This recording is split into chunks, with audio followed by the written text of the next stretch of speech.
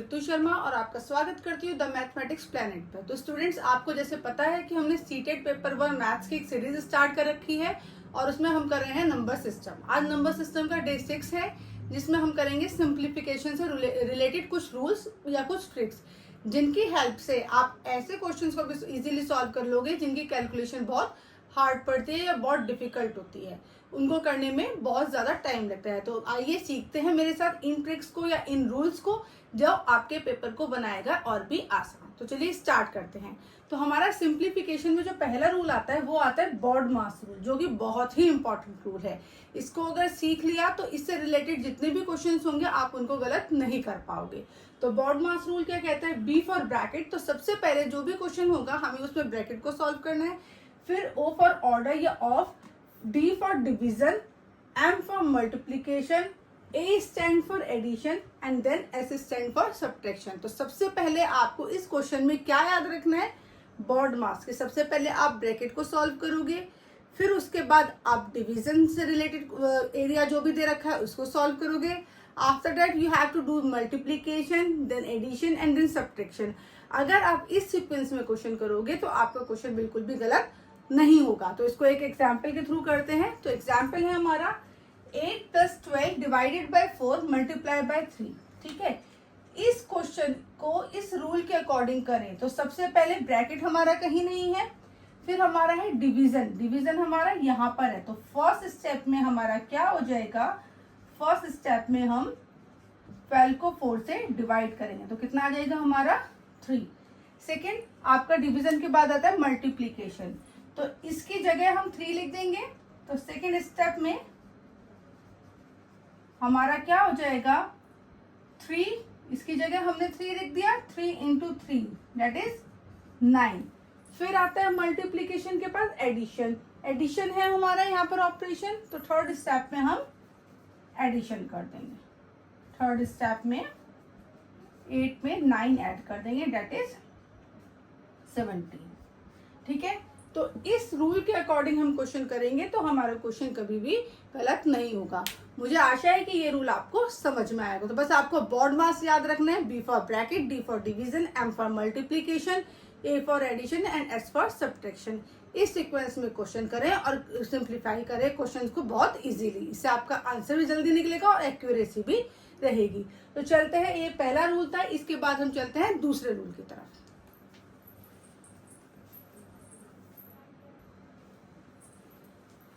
तो स्टूडेंट्स, हमारा second rule है किसी भी क्वेश्चन को सिंप्लीफाई करने का स्मार्ट पेयरिंग। मतलब कि अगर आपके नंबर स्कैटर्ड हैं, मतलब अलग अलग दे रखे हैं, तो आप उसको इस तरीके से पेयर बनाओ कि आपका या तो 100 है, 10 100 या वंस प्लेस पे 0 वाली फॉर्म आ जाए। तो चलिए इसको एग्जाम्पल के थ्रू समझते हैं।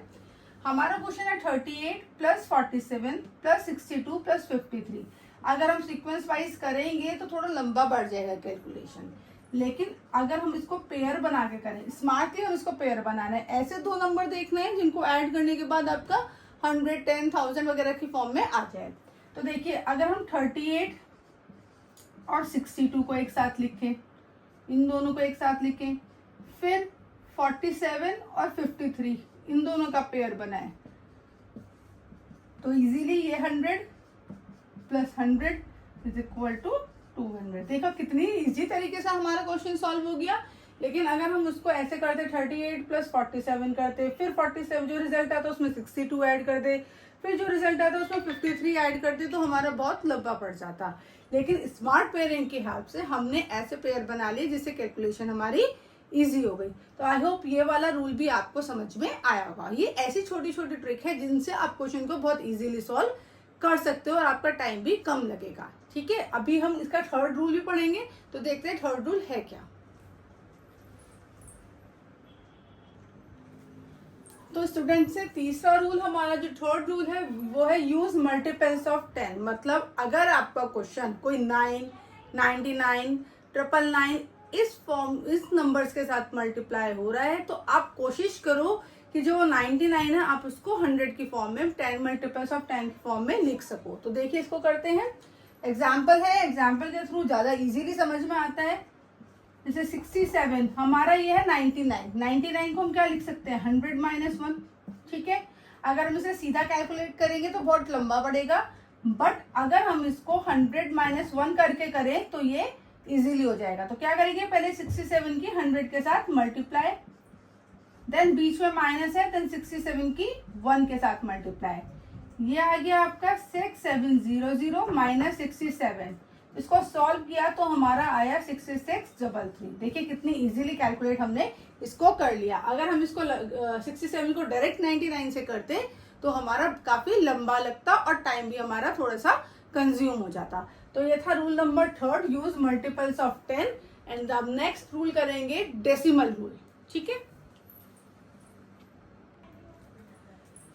तो स्टूडेंट्स हमारा सिंप्लीफिकेशन में 4th रूल है डेसिमल सिंप्लीफिकेशन। अगर हमारे 2 नंबर डेसिमल में दे रखे हैं तो हम उसको कैसे करेंगे, हमें क्या करना होता है, सिंपली हमें जो भी नंबर दे रखा है पहले उसको डेसिमल को रिमूव करके एज इट इज मल्टीप्लाई कर देनी होती है।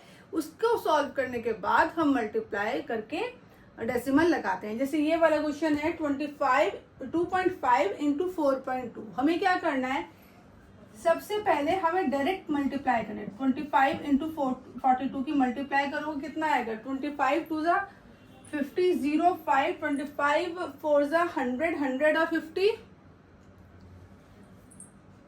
1050। आई थिंक यही आंसर आना चाहिए। हम कैलकुलेट कर लेते हैं दोबारा से, 10 5 2 1050, दैट इज राइट।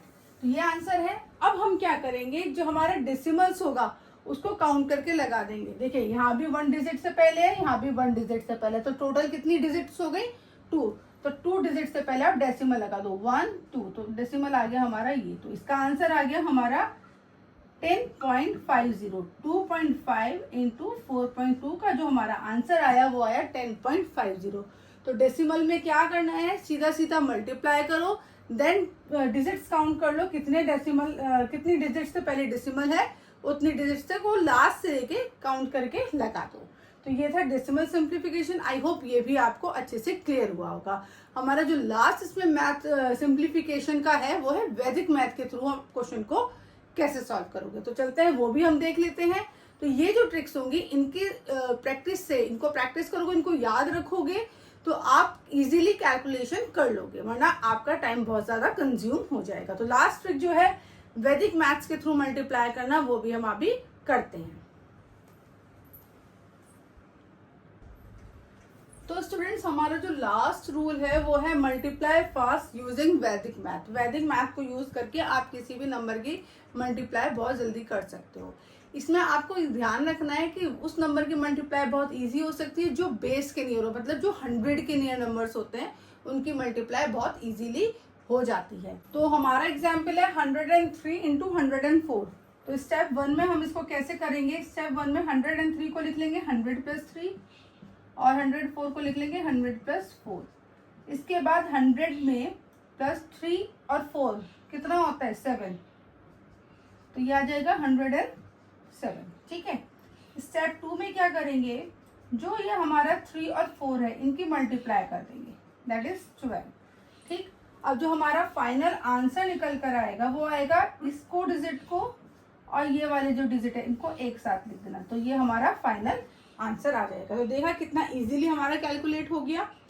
100 + 3 और 100 + 4 हमने लिखा, 100 एक बार लिखकर 3 और 4 को ऐड किया, वो 7 आया, इन दोनों को ऐड किया तो 107 आ गया। उसके बाद जो 3 और 1 डिजिट थी उनको मल्टीप्लाई करा, 12 आया, फिर उन दोनों को कंबाइन करके लिखा तो हमारा पूरा आंसर आ गया। ठीक है, तो ये थी हमारी सिंप्लीफिकेशन के कुछ 5 rules. BODMAS rule, decimal multiplication, multiply by decimal हो गया, मल्टीप्लाई हो गया बाय 100 बाय 99 जिनका बेस 9999 से हो रही हो वो वाली मल्टीप्लिकेशन वैदिक मैथ के थ्रू हमने कर लिया। तो ये कुछ रूल्स थे जिनके थ्रू हम अपनी कैलकुलेशन को बहुत फास्ट कर सकते हैं और एक्यूरेट कर सकते हैं। तो अगर आपको ये रूल अच्छे लगे हों, ये ट्रिक पसंद आई हो तो मेरे चैनल को लाइक कीजिए, शेयर करिए, सब्सक्राइब करिए और मुझे बताइए इनमें से सबसे इजी और सबसे अच्छी ट्रिक आपको क्या लगी। तो ऐसी ही और ट्रिक्स को जानने के लिए और ही मेथड्स को जानने के लिए मेरे साथ मेरे चैनल पर बने रहिए, the mathematics planet. Happy learning.